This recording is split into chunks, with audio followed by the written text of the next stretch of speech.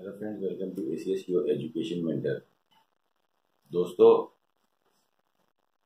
First round की state private medical college की counselling की चॉइस फिलिंग ऑलमोस्ट आने वाली है और मोस्टली सारे स्टेट्स के प्राइवेट मेडिकल कॉलेज और डेंटल कॉलेज के जो रिजल्ट का डिक्लेरेशन डेट है डेट इज सेम 5 जुलाई 5 जुलाई को। चाहे वो यूपी हो, उत्तराखंड हो, राजस्थान हो, कर्नाटका हो, ये सब अपने स्टेट, महाराष्ट्र है, ये सारे स्टेट फर्स्ट राउंड का रिजल्ट अपना 5 जुलाई तक डिक्लेयर कर देंगे। इसी के बीच काफ़ी स्टूडेंट्स ऐसे हैं जिन्होंने पहले ही रजिस्ट्रेशन करा लिया था एमसीसी में, डीम यूनिवर्सिटीज़ में, प्राइवेट मेडिकल कॉलेज में एडमिशन लेने के लिए। उनमें से काफ़ी स्टूडेंट्स ने एडमिशन ले लिया फर्स्ट राउंड में। पहले वो परेशान थे कि वो कैसे भी करके एमबीबीएस की सीट लें और बाद में उस सीट से सेटिस्फाइड नहीं हो पा रहे हैं। उनको लग रहा है कि वो सीट्स काफ़ी दूर हैं उनके घर से और उसका बजट फैक्टर थोड़ा सा ज़्यादा लग रहा है। फ्रेंड्स देखिए, अभी आपके पास एक रास्ता है, अगर आप अभी एक प्रॉपर डिसीजन ले सकते हो। बिकॉज अभी आप यहाँ पे देखोगे, आज से 15 दिन पहले का सिनेरियो और आज का सिनेरियो पूरा तरह से डिफरेंट है।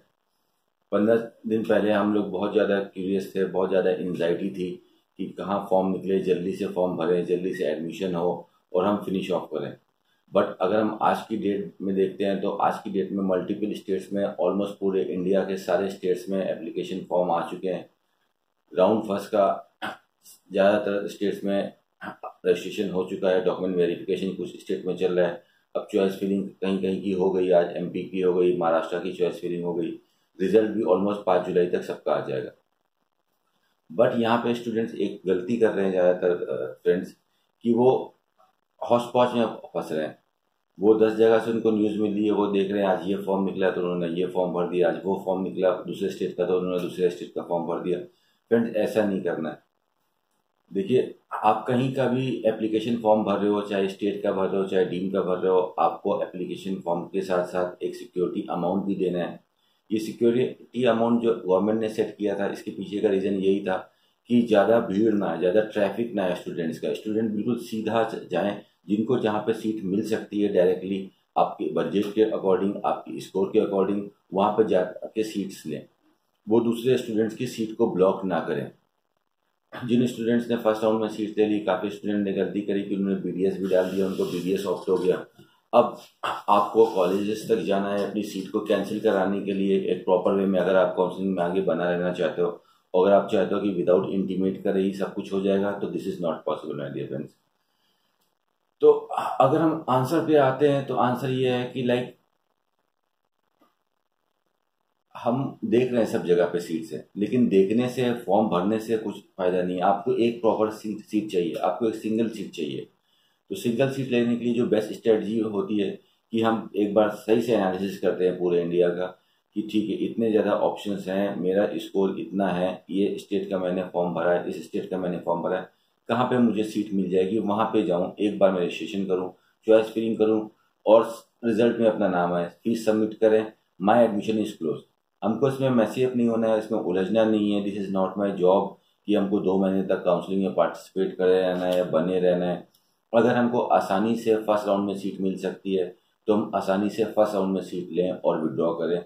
इसी में समझदारी है, इसी को एक स्मार्ट काउंसलिंग बोलते हैं। आप जितना आगे जाओगे, आपके सीट मिलने की प्रोबेबिलिटी उतनी बढ़ेगी नहीं, उतनी कम होगी। बिकॉज आगे बढ़ते बढ़ते, नेक्स्ट राउंड में बढ़ते बढ़ते, सीट की जो क्वांटिटी है वो कम होगी पहले से। अगर क्वांटिटी कम हो रही है और पीछे से प्रेशर ज़्यादा है, स्टूडेंट्स ज़्यादा हैं, तो ऑब्वियस सी बात है, probability of getting a seat is on a lower side, ना कि वो सीट की प्रोबेबिलिटी बढ़ेगी।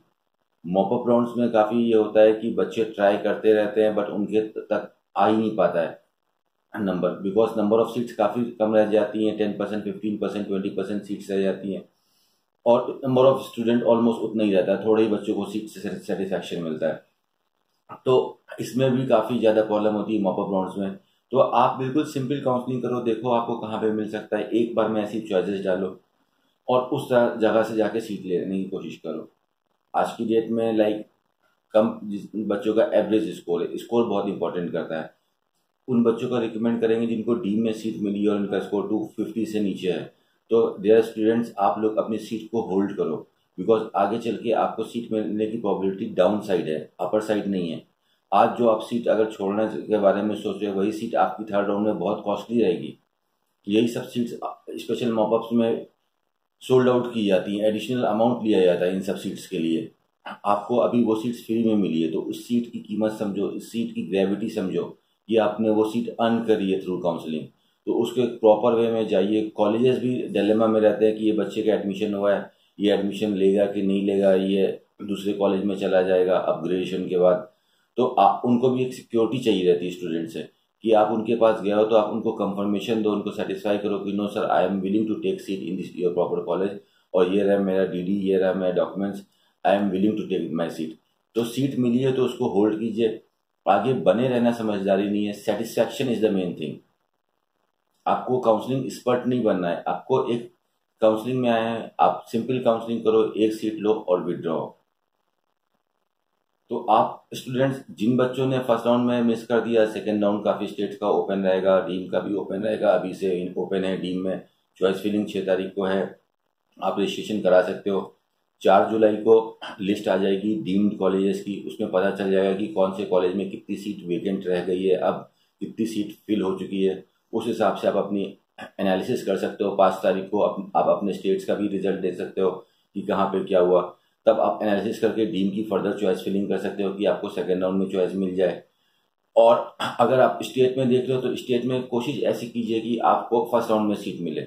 और माय डियर फ्रेंड्स, एक चीज़ का खास ध्यान रखिए, बिकॉज आप लोग ने सिक्योरिटी अमाउंट जमा करके रखा है, सिक्योरिटी अमाउंट ब्लॉक ना हो, इसलिए आप सिर्फ और सिर्फ उसी कॉलेज का चॉइसेस में नाम डालो जो आपको मिल सकता है। ऐसा नहीं कि फॉर एग्जाम्पल आपके सामने 20 चॉइसेस रखी, आपने 20 डाल दी, फिर उसमें से एक आपको मिल गया, आप उसमें सीट नहीं लेना चाह रहे हो, तो आपको प्रॉब्लम होगी, आपका अमाउंट भी जाएगा, सिक्योरिटी का अमाउंट भी जाएगा।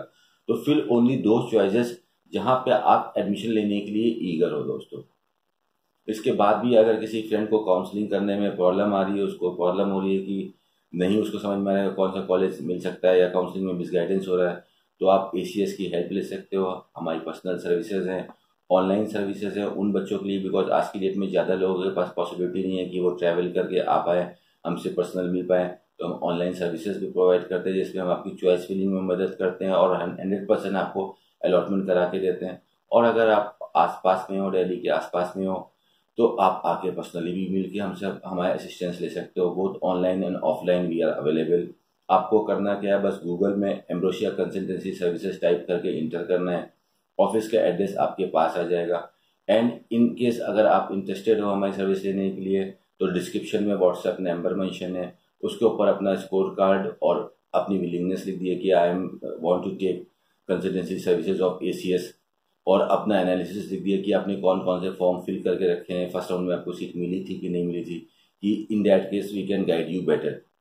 दोस्तों, समझदारी से काउंसलिंग कीजिए। सीट मिली है तो सेटिस्फैक्शन बहुत इंपॉर्टेंट चीज़ होती है, because most of the student seat मिलने के बाद भी उनके अंदर ये आदत हो जाती है कि मैं काउंसलिंग करता रहूँगा, एक सीट मिल गई तो दूसरी क्यों नहीं मिलेगी। नो, सेटिस्फैक्शन पॉइंट बहुत इंपॉर्टेंट होता है। आपको सीट मिली है तो आप उससे सेटिस्फाइड हो और अपनी काउंसलिंग को विड्रॉ करो। और अगर आपको सीट नहीं मिली, आपको लग रहा है कि आपका स्कोर कम है, हर टाइप के चैनल्स हैं, हर टाइप के लाइक स्टेट्स हैं, कहीं पे फीस ज़्यादा रहती है तो लो स्कोर सेट हो जाता है, फीस कम रहती है तो हाई स्कोर जाता है। तो उस हिसाब से सब चीज़ों को देखते हुए, मैनेज करते हुए, कोशिश ये कीजिए कि सिंपल काउंसलिंग कीजिए, एक ही जगह का फॉर्म कीजिए जहाँ पे आपको सीट मिल सकती है। सीट मिली है तो उसको एक्सेप्ट कीजिए, फीस सबमिट कीजिए and close your counselling.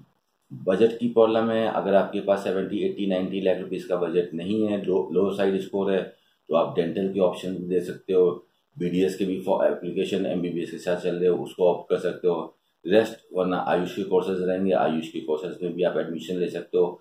Official notification नहीं आया अभी, कोई सेंट्रल पे फॉर्म नहीं आया, स्टेट लेवल पे फॉर्म नहीं आया, कुछ ही स्टेट के फॉर्म आए, वो भी डोमिसाइल बेस्ड हैं, जैसे कि महाराष्ट्र का फॉर्म आया है अपना आयुष के लिए। रेस्ट अगर आपका बजट उतना नहीं है, 20-30 लाख रुपीज़ का है, तो abroad is a very good option, जहाँ पे आप जाके MBBS कर सकते हो अपना, और वापस इंडिया में आके अच्छे से प्रैक्टिस कर सकते हो। Okay friends, all the very best from ACS। अच्छे से काउंसलिंग कीजिए, MBBS की सीट लीजिए, and be a good doctor, serve the nation and its peoples.